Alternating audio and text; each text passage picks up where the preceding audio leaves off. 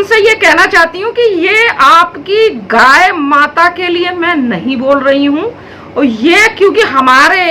भारतवर्ष में तो इस पशु को, इस जानवर की पूजा की जाती है। इसे विशेष समुदाय के लोग जो हैं इसे माता का दर्जा दिया हुआ है। वो बात अलग है कि हमारी जो माँ है और हम माँ के मूत्र और मल का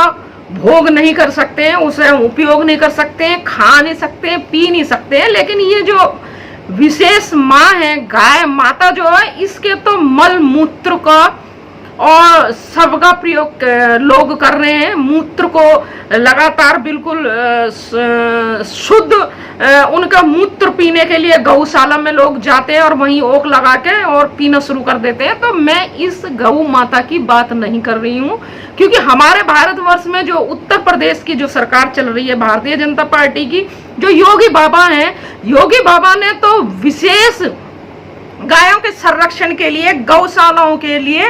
विशेष बजट का प्रबंध किया है। उनके लिए करोड़ों में बजट पास किया गया है। और वो बात अलग है कि महिला सुरक्षा हो या ना हो, छोटी बच्चियां सुरक्षित हो या ना हो, या किसी के घर सुरक्षित हो या ना हो, वो एक अलग बात है। लेकिन जो यहाँ गौ माता है, उसको सुरक्षा, उसका संरक्षण, उनके लिए गौशालाओं का प्रबंध होना बहुत जरूरी था। और ये हमारे योगी बाबा ने करके दिखाया है, और योगी बाबा ने बजट अलग से पेश करा है। इसलिए जो हम रोज जो टैक्स हम जो दे रहे हैं छोटी छोटी चीजों में, तो उसमें हम जो गाय के लिए भी एक हमारे जो मेहनत की, हमारे खून पसीने की, हमारी जो गाड़ी कमाई है, सुबह से शाम तक जो हम लोग काम मेहनत करते हैं, उस मेहनत के पैसे से इस गौ माता के संरक्षण के लिए भी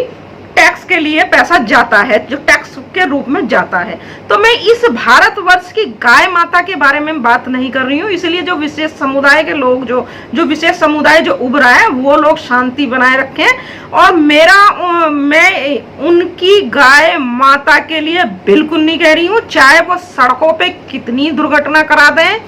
चाहे लोगों को मौत के घाट उतार दें, चाहे उनकी वजह से 20 गाड़ियां आपस में टकरा जाएं, उनकी वजह से स्कूटर मोटरसाइकिल वाले रोज दुर्घटनाग्रस्त हो रहे हैं, उनकी वजह से पार्क में घूमने वाले लोग परेशान हो रहे हैं। मैं उस गाय माता की बात नहीं कर रही हूँ। आज के बाद मैं कुछ भी ऐसा कोई अपशब्द या किसी तरीके की कोई भाषा, कोई अभद्र भाषा का प्रयोग नहीं करूंगी, क्योंकि जब हम लोग फोन करते हैं, एक दूसरे फोन पर फोन मिलाते हैं, तो आप लोग फोन की बेल जाने से पहले आप सुनते होंगे कि हमें बीमारी से लड़ना है, बीमार से नहीं। तो मेरा यही यहाँ कहना है कि हमें बीमारी से लड़ना है, बीमार से नहीं। तो आप लोग समझ गए होंगे कि मेरा किन लोगों के लिए या कौन सा विशेष जो समुदाय उभर के आया है, कि कौन लोग हैं और किन के लिए मैंने ये शब्द यूज करे हैं। तो मैं यहाँ आज कहना चाहती हूँ कि जो गाय है, गौ माता जो है, गाय माता जो है, जो पशु है, जो भारतवर्ष की, जो जब से हमने पढ़ना शुरू करा है तब से हम उसे पशु के रूप में जानते हैं, तो वो जो है, लेकिन कुछ विशेष समुदाय के लोग जो हैं इस पशु को, इस जानवर को माता कहते हैं। तो गौ माता जो है पृथ्वी के लिए खतरनाक है। मैं यहाँ बात कर रही हूँ न्यूजीलैंड।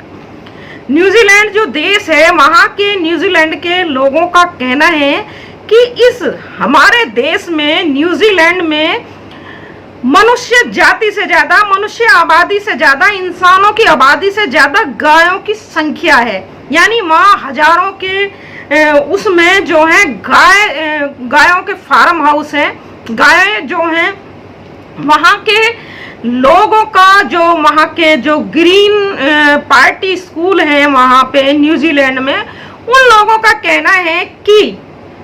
गाय जो है वो पृथ्वी के लिए खतरनाक है। वहाँ की न्यूजीलैंड की सरकार का कहना है, न्यूजीलैंड के जिस शहरों में लोग बसे हुए हैं उनका कहना है कि जो गायों के यहाँ दिन रात जो फार्म हाउस बढ़ रहे हैं, गायों की संख्या मनुष्य की आबादी से जो ज्यादा हो गई है, उसके चलते हुए यहाँ पर जो है जलवायु परिवर्तन जो हो रहा है, उस पर बहुत गहरा प्रभाव गायों की वजह से पड़ रहा है। क्योंकि जो गायों के फार्म हाउसों से, जहाँ गायों के वहाँ जो भी फार्म हाउस है, उन फार्म हाउसों से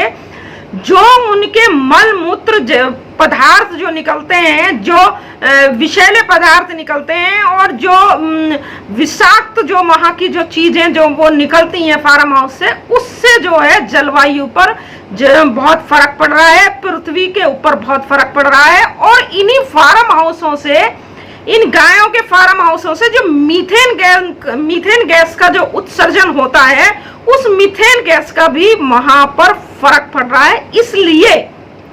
जलवायु परिवर्तन को देखते हुए वहां पर जो है स्कूलों में, हर स्कूलों में वहां पाठ्यक्रम पढ़ाया जा रहा है, पाठ्यक्रम में सम्मिलित कर दिया गया है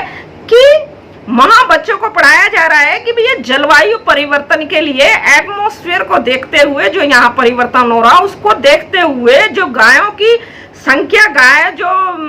बढ़ रही है, उसको देखते हुए, उन सारी चीजों को देखते हुए वो पाठ्यक्रम में ये शामिल कराया है और बच्चों को वहां ये पढ़ा रहे हैं कि आप लोग जो है गाय के मीट को और जो गाय के यानी डेयरी प्रोडक्ट हैं, जो दूध से बनाए हुए प्रोडक्ट होते हैं, उन्हें खाना बंद कर दें। उनकी जगह जो है नेचुरल प्राकृतिक चीजों का आप उपयोग करें, क्योंकि उसकी गाय के फार्म हाउसों में गाय के संरक्षण के जो लोग कर रहे हैं, गायों को जो पालते हैं, उसमें कमी आएगी। जब प्रोडक्ट घटेंगे तो गायों के भी वो क्या कहते हैं संख्या घटेगी, फार्म हाउसों की संख्या घटेगी और जो जनसंख्या से ज्यादा जो गाय हो रही है, उन गायों की भी संख्या घटेगी। वहीं एक तरफ इस जलवायु परिवर्तन को लेकर वहां के किसानों का कहना यह है कि न्यूजीलैंड के किसानों का कहना यह है कि भाई जलवायु परिवर्तन ठीक है, आप पाठ्यक्रम में आप बच्चों को पढ़ा रहे हैं और जलवायु परिवर्तन को देख रहे हैं, तो जलवायु परिवर्तन जो वैज्ञानिक तरीके से होना चाहिए और उस पर वैज्ञानिक वो मत होना चाहिए। ऐसा नहीं है, क्योंकि इससे किसानों की जो रोजी रोटी है उस पर प्रभाव पड़ेगा और ये एक तरफा जो है सरकार वहां की ऐसा सोच रही है। लेकिन जो वहां के आबादी, जो शहर की आबादी है, जो और लोग हैं, वो सब लोगों का कहना है कि अगर हमें सुरक्षित रहना है, हमें आने वाली पीढ़ी को सुरक्षित रखना है और हमें अपने जो एटमॉस्फेयर है, जो भौगोलिक वहां की जो वो है संरचना है, जो जलवायु परिवर्तन होता उसको संरक्षित रखना है, तो हमें गायों की संख्या को कम करना होगा और गायों के प्रोडक्ट, जो गाय से प्रोडक्ट बन रहे हैं, डेयरी प्रोडक्ट बन रहे हैं, उनको बंद करना पड़ेगा। वहीं एक तरफ फिर किसानों का ये भी कहना है कि गाय के, चीन जैसे देश से गाय के मीट की बड़ी तादाद पर जो है यहाँ से मीट का निर्यात किया जाता है और जो गाय से, जो डेयरी से जो प्रोडक्ट बनते हैं, गाय के दूध से जो भी चीजें बनती हैं, उन चीजों का भी बड़ी मांग है चीन में और गाय के मीट की भी बड़ी मांग है चीन में। तो उसको देखते हुए सरकार को यहाँ उसी तरीके से निर्णय लेना चाहिए। तो जहां भारतवर्ष, मेरा कहना यह है कि जहां भारतवर्ष जैसे देश में जहां इतने वर्ण, 4 वर्ण के लोग रहते हैं और उसमें भी बहुत सारी जातियां हैं और बहुत सारे धर्म हैं, बहुत सारी भाषाएं हैं, उन सब वो सारे लोग गाय को या माता के रूप में मानते हैं। गाय को एक माँ का दर्जा दिया हुआ है। अगर किसी ने गाय के